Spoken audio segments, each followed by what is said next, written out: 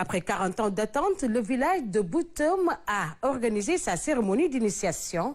Un moment fort dans le milieu Diola qui a réuni beaucoup de familles. Un bilan satisfaisant de l'entrée dans le bois sacré est tiré. Le Boukout, un passage obligatoire pour tous les fils Diola. Suivons le reportage de Michel Mendy. En cette matinée du 6 août 2022, les hommes et les femmes de toute tranche d'âge ont marché sur les sentiers arrosés par la pluie pour rejoindre la place publique du village de Boutom, un village de la commune de Mangagouleb, arrondissement de Tendouk. En ce temps précis, le village de Boutom devient le carrefour de la culture Diola. Il renoue avec les rites initiatiques légués par les ancêtres après 40 ans d'attente. Ça a été en 1982.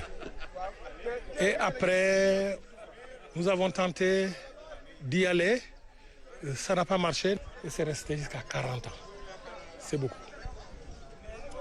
Imaginez ceux qui sont nés avant l'autre circoncision, mais qui ne pouvaient pas aller au bois sacré parce que leur père n'était pas initié. Après la messe dite pour la protection des futurs initiés, le moment est venu pour partir vers le bois sacré. Une longue marche rythmée par des chants initiatiques et des coups de canon où chacun montre ses talents de danseur et de guerrier. Une festivité qui ne peut cacher l'émotion de la séparation avec les parents. C'est notre culture. On ne doit pas se départir de la culture. L'initiation n'a pas commencé aujourd'hui. C'est depuis l'époque de nos ancêtres. Celui qui ne pratique pas la culture n'est pas considéré ici. Nous prions pour que les initiés nous reviennent sains et saufs. C'est l'école de la vie. Et à la sortie de cette école, on pouvait se considérer comme homme pour prendre femme et être responsable, valable pour soi-même, pour sa famille et pour son village, mais aussi pour sa communauté. Avec le peu de soutien reçu, les responsables à l'organisation tirent déjà un bilan satisfaisant de l'édition 2022. Nous avions beaucoup de soucis, nous avions beaucoup de préoccupations, parce que nous n'avons pas eu d'aide de la part des politiciens, de la part de l'État. Mais je peux dire qu'il y a à féliciter et le gouverneur et le préfet et le sous-préfet de Bignona. Nous disons merci au Rotary Club, mais aussi à dire merci à l'association d'entraide sanitaire. Donc c'est des médecins qui sont à l'hôpital de la Paix et à l'hôpital régional. C'est aussi le district sanitaire de Thionkassil qui s'est déplacé pour nous aider à faire un service gratuit, vraiment, pour couvrir tout le monde. En attendant leur sortie de la case des hommes, les futurs initiés vont apprendre à être responsables dans la société et dans l'environnement. Un apprentissage dans la nature qui peut durer parfois même des mois.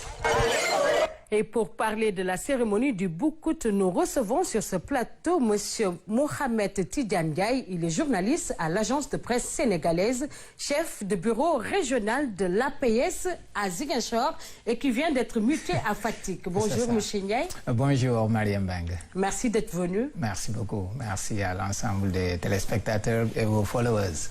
Alors, merci Mohamed Tidiane Ndiaye. Nous venons de suivre le reportage sur la cérémonie du Boukout à Boutom. Alors, en quoi consiste cette cérémonie du Boukout? Mariam, merci. Moi, je pense que c'est extraordinaire. Dans le reportage qui vient de passer, un interlocuteur a lâché le mot. C'est l'école de la vie. Moi, je dirais, c'est la fabrique même des hommes. C'est un laboratoire, une usine où on fabrique carrément les hommes. Il y a l'aspect festif, l'aspect folklore qui est visible comme ça. Mais le Boukout est extraordinairement profond. C'est très, très, très, très profond. Très profond et très traditionnel également. Quelle est la particularité, Mohamed, du Boukout? Cette particularité, est de réunir des hommes. C'est-à-dire, les gens vous disent qu'on est un homme, mais on devient Diola en sortant du Boukout. Véritablement Diola. Où on vous dit les interdits, où on vous apprend, on vous inculque les valeurs. C'est-à-dire, un vrai initié, il ne vole pas, il n'agresse pas, il ne trahit pas. C'est quelqu'un qui est pétri et empreint de dignité, de valeur. C'est extraordinaire. C'est ça le Boucoute. C'est une usine où on fabrique avec les valeurs traditionnelles, les valeurs ancestrales qu'on inculque à ces initiés-là. Et depuis des lustres, ça se passe. Mais ce qui est extraordinaire dans ce Boucoute maintenant, vous savez, nous sommes en train de perdre tous les acquis traditionnels, tout, dans tous les domaines. Mais le Boucoute, moi je me demande comment ils ont réussi à être sourds aux sirènes de la modernité. C'est extraordinaire. Surtout parce qu'on a constaté, Mohamed Tidjane Ndiaye, que par rapport au Boucoute de Balingor, c'était visible sur les réseaux sociaux, c'était en direct. Mais maintenant, comment est-ce qu'il alliait la tradition et la modernité par rapport aux valeurs intrinsèques? Extraordinaire. C'est-à-dire, je dirais même que c'était un Boucoute en mondovision. C'est-à-dire, c'est important de voir cette connexion entre les valeurs ancestrales et cet équilibre qu'il y a entre la technologie, le monde moderne. Mais le Boucoute ne perd pas en valeur traditionnelle, ne perd pas, quelle que soit, entre guillemets, l'agression de la technologie, cette vague de la technologie, on arrive à garder, à surnager dans les valeurs traditionnelles. C'est ce qui est intéressant en Pays Diola. Et ce qui est important également, Mohamed Tidjane Ndiaye, on a constaté lors du Boucoute, il y a des gens qui viennent de partout du monde. On a constaté des gens qui viennent en France, en Italie, et dès qu'ils viennent, on sent une autre personne à travers cette personnalité qui vient d'arriver. Absolument, c'est un peu ça. Qu'est-ce qui favorise cela? Moi, je suis... Parce qu'il faut être initié pour savoir certaines choses, mais en tant que reporter, qui a eu à couvrir ça un tout petit peu, à être intéressé en tant qu'observateur, de plus près, c'est extraordinaire de voir des gens qui viennent du Canada, d'Australie, d'Europe, un peu partout, et venir ici, la tête rasée, enveloppé dans une tenue traditionnelle, avec un enthousiasme qui brille sur les visages, c'est extraordinaire. Quand ils entrent, c'est autre chose. Quand tu leur parles en aparté, ils sont éblouis, ils sont contents, ils sont aux anges. C'est-à-dire cette interconnexion entre les valeurs traditionnelles, ce voyage dans les profondeurs de la tradition des parents, ça leur inculque quelque part, ça leur donne une dimension de sur-homme. Et quand ils en sortent, ils deviennent des gens extrêmement valeureux, extrêmement dignes. Moi, je viens de passer 6 ans en Casamance.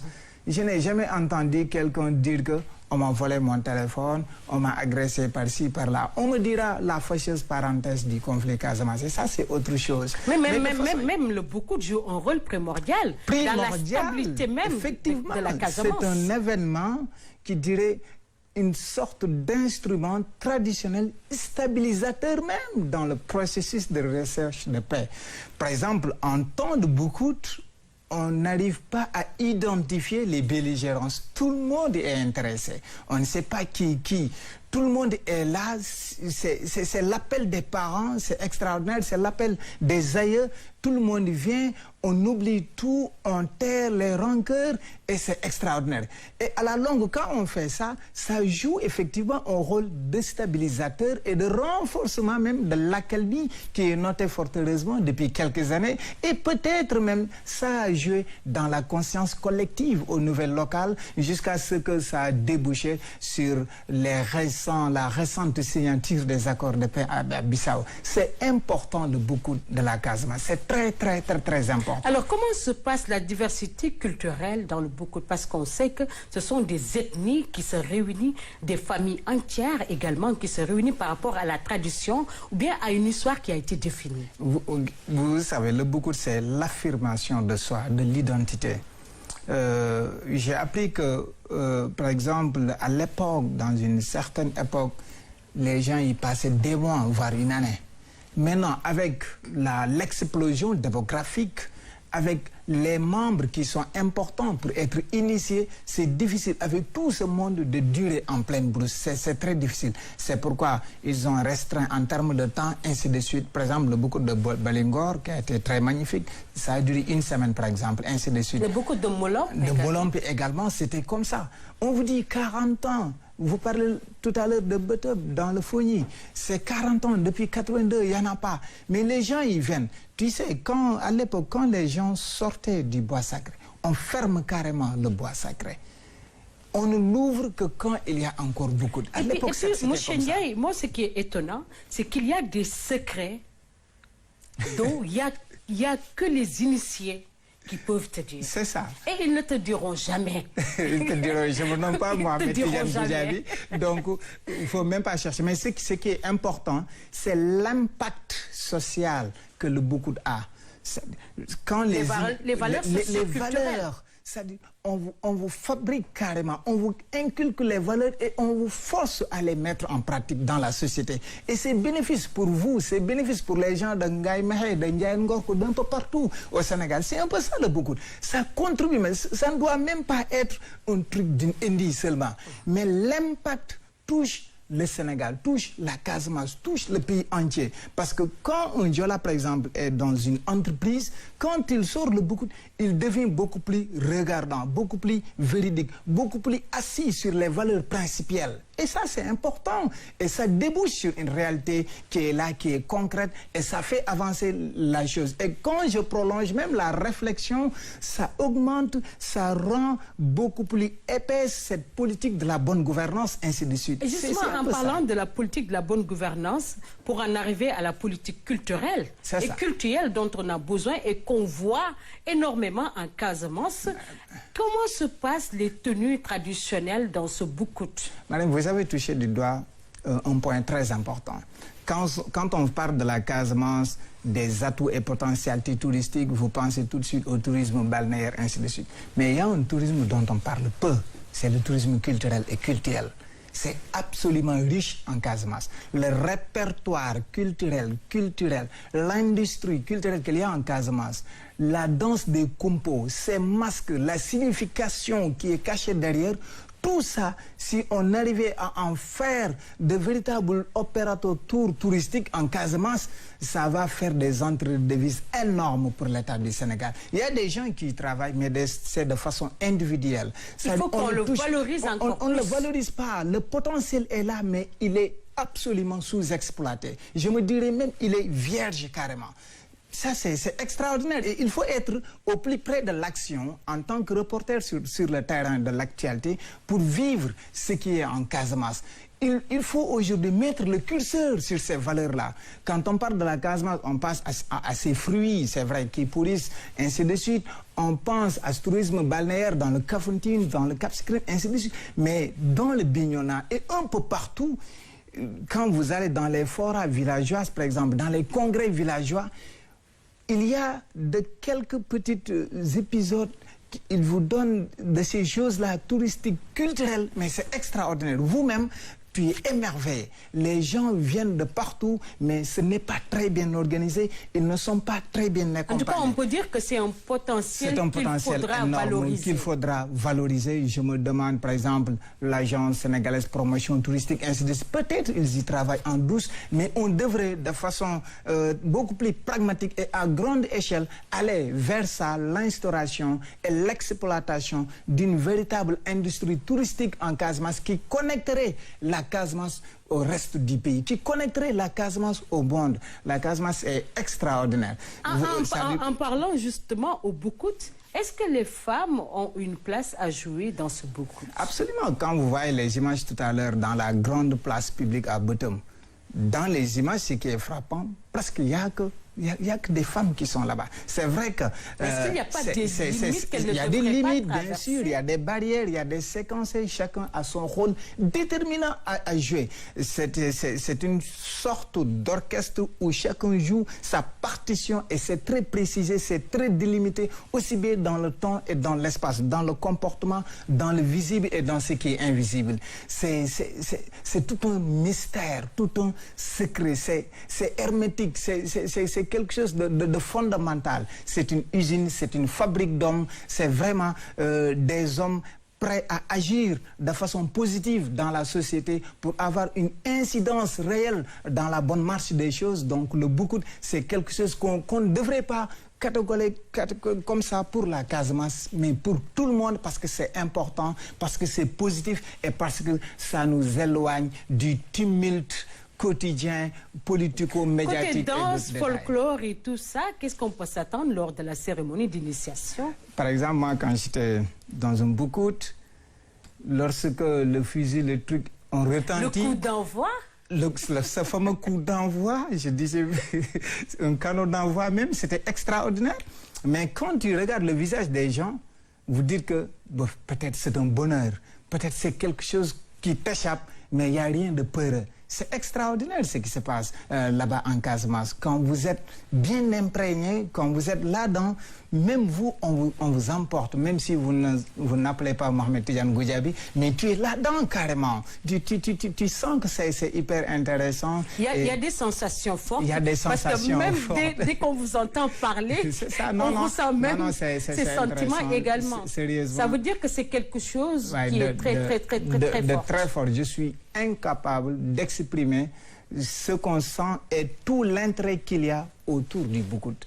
Je pense que seuls les initiés, peut-être je suis en train même d'écorcher peut-être je ne sais pas, leur savoir par rapport à ça, je m'en excuse au passage, mais c'est quelque chose d'intéressant que les Sénégalais pensent que c'est juste un truc de Tannebert qui se passe vers Saint-Louis. Non, non, c'est très loin de ça.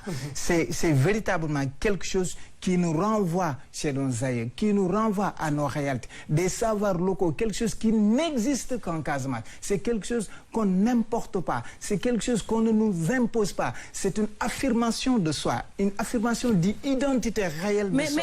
Mais est-ce que M. Ndiaye, on interdit aux initiés de dire ce qui se passe? Est-ce que ça fait partie des règles du Boucoute? Peut-être, c'est parce que quand une chose est largement partagée ou bien est banalisée, peut-être c'est ça. Peut-être il y a un réflexe pour développer une sorte de jalousie, pour mieux cadenasser les valeurs autour de ça. C'est pourquoi ça ne discute pas au coin des rues. Et c'est ça qui le rend important, Vraiment. qui le rend original et qui le rend impactant dans la bonne marche de la société marimbaine. Je vous remercie, M. Ndiaye. Merci beaucoup. Et votre mot de la fin?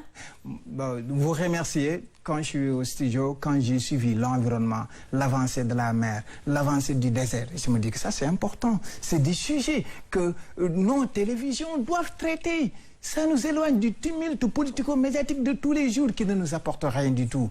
Tous les éléments que vous avez ici, c'est important, ça nous concerne directement, c'est notre survie qui en dépend même, mais c'est intéressant. Donc nous vous remercions, nous vous encourageons pour ce que vous faites dans la bonne humeur, mais c'est toujours intéressant. Merci beaucoup.